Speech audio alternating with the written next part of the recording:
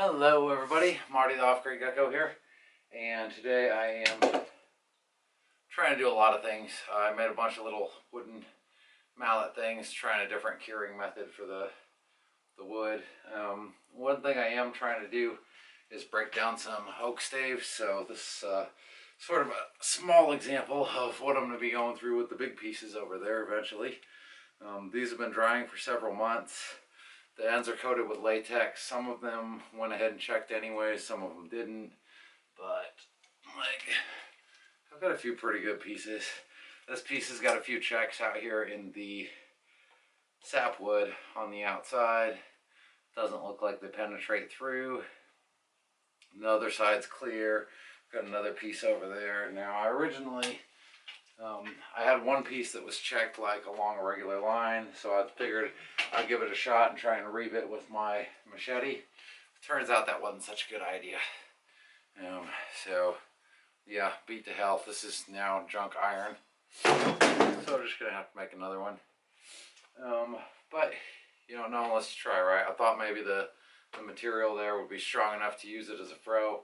Did not work out so well, but so I got my axe handy here. I eventually did get that split into two boards, and it split very, very nice and pretty, but in the end I ended up driving it apart with wedges instead, and just that was so much easier. But that doesn't always work if you're trying to split off a small piece. So now we're going to go with a more ulterior type of setup. Yeah, basically what I want to do is kind of trim this guy down to about the size that I want and make a billet. So this guy, you can't see it in the picture, I know, but this little end triangle down here is pretty much useless for anything. The sapwood up on top is not something I really want to use, so I want to cut it, like start cutting it kind of here and maybe about here, and make me a good carving billet. Maybe it'll get used for an axe handle, maybe something else. So I'm going to start by trying to split this out from both ends. It's probably not going to work well, and it's going to run out because of whatever. Actually, especially on this small end, because I'm breaking off a little tiny piece. If you're breaking off a small piece, if you're going to try and split something, the best way to split it is right down the middle like this. And the reason for that is you've got an equal mass on either side. You've got equal surface area basically through the cut as you're going down. So when you try to break off a small piece, what's going to happen is your axe is going to turn this way a little bit as you're driving it through, and it's going to want to cut off. And we've also got some little twisty wood in here that's not going to help anything, but we will see how well this goes. And I'm not on the most stable platform here either, so just chase that joker down. And yeah, warped, knotted up, absolutely crazy. Stupid knot right here, right in the middle of it.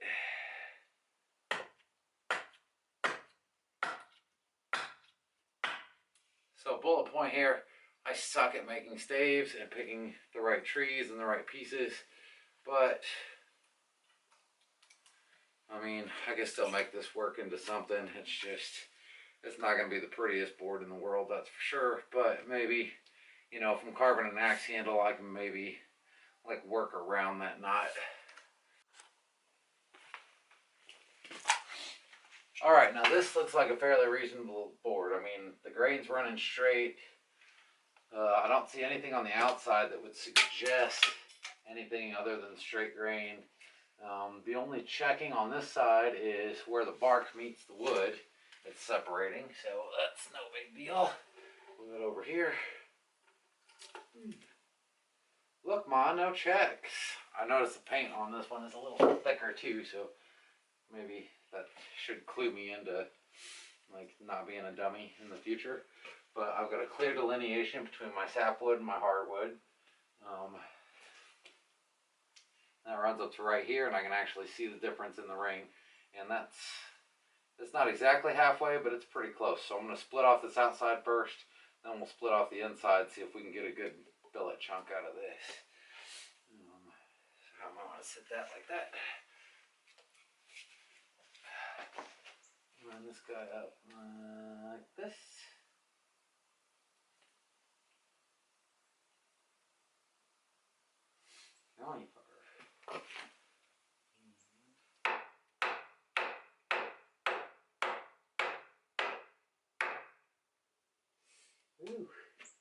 resistance. That's good. Come on.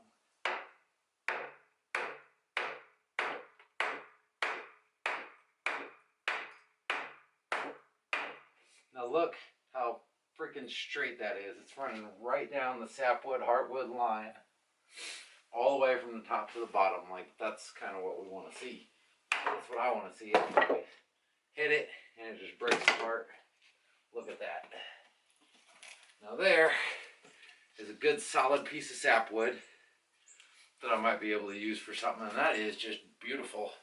It's kind of trapezoidal in shape, and that's how they're going to be. That is gorgeous. I'm loving that. All right. Now, wouldn't you know, that's the easiest one of all of them. So, yeah, you pick your wood properly, and you might end up getting a halfway decent piece of wood. Now look at this. Look at the grain here. You can see the darks and the lights. Nice clean break. I mean, this isn't like, you know, I could take a planer to this and it would show it a lot better, or sandpaper or whatever, but this is a nice flat chunk.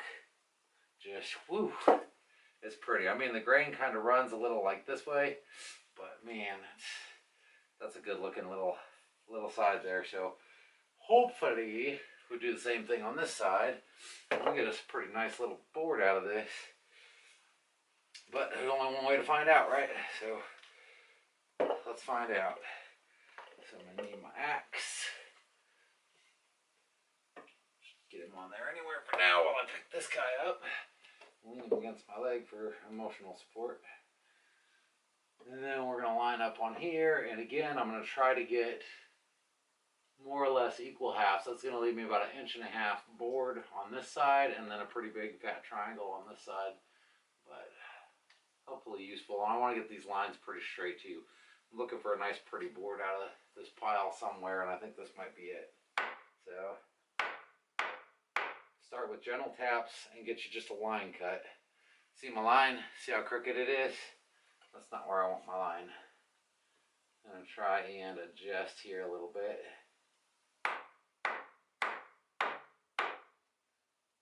So that'll make my board a little skinnier than I wanted, but I don't want to cut in where I just put a crack. So always double check your lines. See, that looks a lot straighter. Maybe you can see, maybe you can't, but it's running pretty straight, and I may actually be leaning off here for surface area size, but should be pretty close.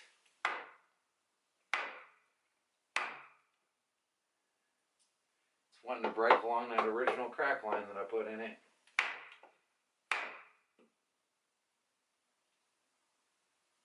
So, and before I completely tear it up, I'm just going to put it back on that original crack, and I'm going to run that down instead of tearing up the end here, because it doesn't want to break there. So, put him where he wants to break, and I can shave that other piece off later.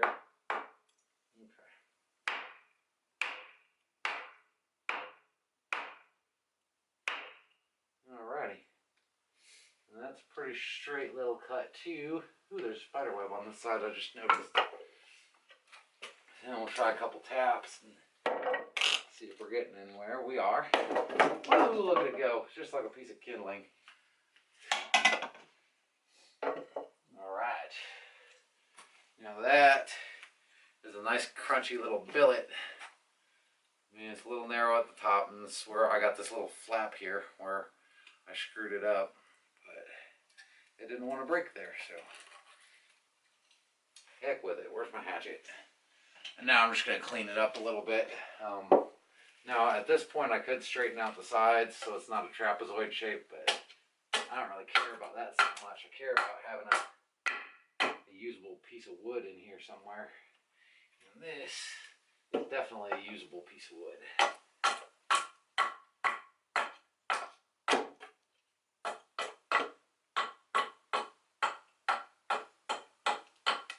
So that worked out fairly well, curing for about 6 months, and then coming and breaking them into billets, and that guy just, now it looks like either the grain's expanding from here to here, or it's kind of, it started to run out and then it started running straight for whatever reason. I don't know. going to go ahead and try and break this one more time just to get this side kind of evened out with the other side. I think that's about how far it's running out. I'm not sure. Where's my mallet? Oh, I'm going to drop it. Now, just line this up sort of like that and hope that I did that right. Yeah, and that's not going to split out worth a crap. So I'm going to have to hew that end down. Okay, so that was a doozy and no small amount of work. Actually, the pieces that were straight grained went really, really well. So I went ahead and took some of these sapwood pieces and just cut them in half longwise. A lot of sapwoods people think is not useful for stuff, but these oak pieces, they're pretty much strong all the way through, and I built my bow out of oak sapwood, so I know that it's useful for stuff. It's just a matter of finding a use for it. But it made these really nice little 1x planks. Got that guy there. We got this guy here, and this one tapered out on the end here. I think that was because of the run out when I was cutting the other piece out of it, but still turned out moderately decent. I mean, I'm sure I could find a use for this, and these are flat enough and straight enough. I mean, you pop a jigsaw on here and or rip it with a circular saw or do whatever you need to do. And now the way that I cut these, because I cross cut them basically, these are not going to be very dimensionally stable, so they're going to have a tendency to want to cup. Let me see what direction the grain's running. So the grain on this is running like this. Okay, so it's running like a little smiley face, how I have it. So it's going to want to cup kind of up that way or down this way. But hopefully these are dried out enough that it won't be a huge issue. We can see, get an idea how dry they are real quick. Just do a lighter test on it. So this little stick here is taken from the inside middle of the board. So if this is dry, the whole board's pretty much dry. And you can see that's taking a little flame. Maybe you can't see, I don't know. But then it punks out. So they might be pretty stable, they might not, I don't know. But they're going to be drying out the rest of the way in the house. So as they dry, these boards aren't perfectly conditioned yet. They're going to want to warp and twist and do a little bit of that in this. And hopefully, though, we've taken care of any end grain checking problems, because the board should at least be uniform by now. Like I said, it's been sitting out there for 6 months, hasn't checked yet. So that's a good thing. Ugh. And then I got some really great pieces of the heartwood, the interior wood, which is going to look the same on camera because these haven't been polished up at all. But ugh, there's a big mighty one. So I can actually take these, this one in particular at least, and split it long ways just like I did with the sapwood, and I can get 2 boards out of this that would be, so this one piece could make 3 or 4 axe handles, you know, just out of this one chunk of wood. You know, split it this way, and then maybe cross cut it this way again to just see how much I can get out of it. Now this one's got a small knot in it running from here to here, so that piece will have to be cut out.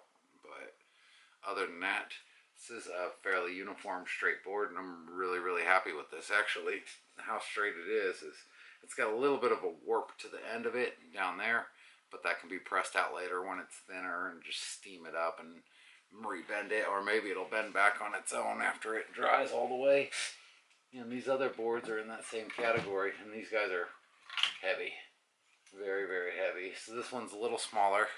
I don't know that I could split it and still get a couple axe handles out of it, but maybe a couple hatchet handles. But in either case, this will make at least one good solid axe handle.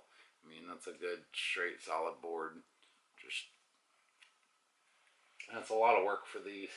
So I'm trying to make the best of a situation where you're not going to get something perfect. And this is the last piece that I drug off the pile. Again, it's a smaller billet. This one may actually be good for making turning. billets, so maybe some 1x1s. All I got to do is cross cut it this way, rip it back down the center, and then I've got some 1x1s, or be 1.5x1.5, maybe 2x2 almost. So that would be good if I get a lathe, cut a couple straight pieces out of this, and then just split them in half that way. And this whole process has basically got me thinking on a lot of things. So the firewood that I cut is 18-inch logs, and it's much easier to get a clear 18-inch section of a tree than it is to get a 4-foot or a 10-foot section, like what I'm trying to do with the bigger stuff. But for the moment, and even then, with the smaller pieces, you get stuff like this. It's just warped and distorted and crazy. But I can find straight clear pieces when I'm chopping firewood, and if I ever get into turning and I get a lathe, then I can actually cut my lathe pieces out of that, and I already know that I can cure them using this sort of fashion, you know, just latex paint the end of them and let them set up for 6 months, and then split them into turning blanks. And that could be a big thing, a big help. I might even start doing that just because, in case some of the turners around here want a good straight board. And the advantage of these boards is really that, unlike the boards that you buy at the hardware store, those are just cross cut, saw cut. They don't follow the grain. They don't care if the tree is straight, and every board that I have here from the lumber store has a knot in it somewhere, whereas these are straight grained all the way down. And the grains that are on this end are the same grains that are on that end for the most part, except for the little run out problems that we were having.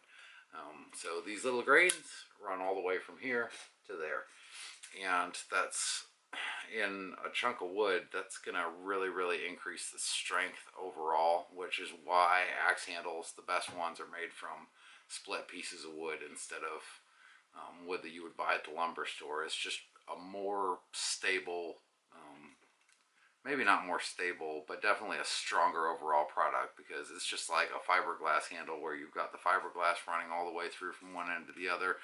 This, you've got solid grains of wood running straight down, so all these little fibers that make this up run from end to end, and that just makes it really strong throughout. And really strong, tough boards are good for lots of things. So yeah, I'm pretty happy with the little haul here. This was basically just an experiment. It was the first bigger tree that I cut up for this reason, and it turned out well. I'm going to get a lot of use out of these. I just have to figure out what that use is and put it into practice at my earliest convenience. But for the moment, they're setting up, they're drying, and then if I need to cut something special out of wood, like, I can divert to these pieces. This is good solid oak, so it'll be good for, useful for all kinds of projects. And on the turning thing, like, if I start doing turning blanks in the same fashion, then I can sell those to turners at a premium at the market, because they can't get this stuff anywhere else, and they sure as hell don't want to put it up for months at a time and carve it out of a tree. So that makes the stuff kind of valuable to them too, because they know how the wood, turning guys usually know a little bit about wood. So that'll make a big difference, knowing where the pieces came from, that they were harvested more or less sustainably, because they come out of the forest, and that forest is going to keep producing trees. Every time I cut one of these down, there's 5 saplings to take its place that can get sunlight, because the canopy that this tree was creating is now out of the way. And in this case, it's a dead tree that needed to be harvested. So, or actually, this was a live tree. But yeah, big tree was shading out all the other trees. Took it down, so now those trees can grow up straight and tall and be happy. And then by the time I get around to that part of the forest again, I'll have big trees, and I'll probably be like 60. But that's it. I'm going to be doing more of this stuff, as I always say. So if you want to see more of this kind of stuff, don't forget to subscribe to my channel, because I'm going to keep working with wood. I'm going to keep chopping wood. I may actually go out there and fell a couple trees for firewood today too, just to get on the ball with that, so that I can keep lining up more wood for next year. But if I find some good pieces while I'm cutting those down, maybe I'll just split them in half or quarters and pop them up there in the woodshed where these guys were sitting, paint the ends and let them cure out, and see what I can get out of them later.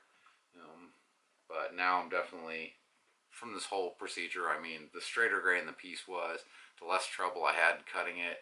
So when it comes to this kind of stuff, it really pays to just wait until you've got a nice straight grain piece of wood. With this, I wanted wood right away.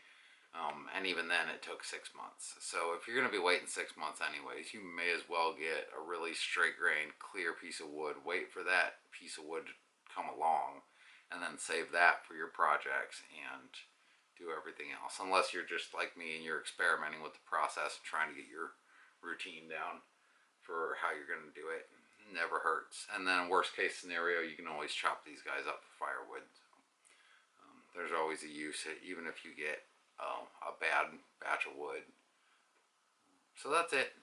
Please subscribe and stay tuned, because I'm going to be doing more fun stuff. But for now, we are going to sit inside for a minute, and we're going to enjoy the warmth and watch the snow from a distance instead of being out in it. Isn't that right? Alrighty, thanks for watching, guys. I'll see you next time.